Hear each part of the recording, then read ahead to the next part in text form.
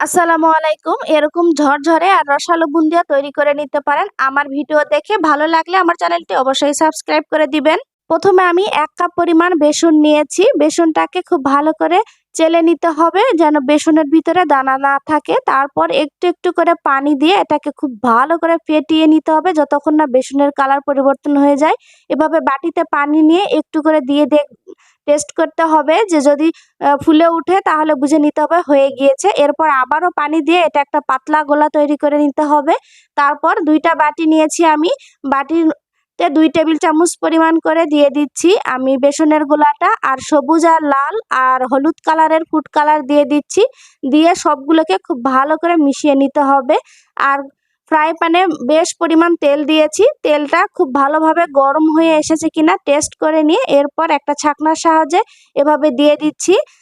ব্যাটারটা ঘন হলে এটা সহজে পড়তে চাবে না, আর পাতলা হলে খুব সহজে পড়বে।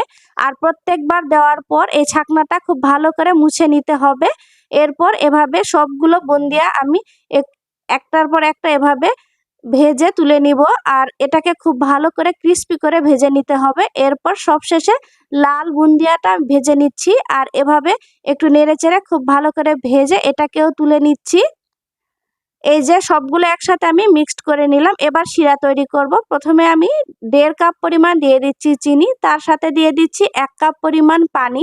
দিয়ে এটা খুব ভালো করে জাল করে চিনিটাকে গলে নিতে হবে। চিনি গলানোর পরে ২ মিনিট পরিমাণ জাল করতে হবে।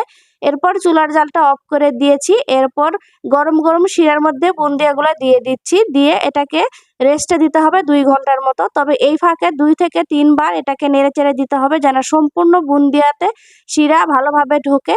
২ ঘন্টা পর আপনাদের সাথে দেখাচ্ছি। দেখুন শিরাটা ঘন হয়েছে আর সবগুলো বুন্দিয়া কত সুন্দর রসালো হয়েছে। তো আশা করছি ভালো লেগেছে। আল্লাহ হাফেজ।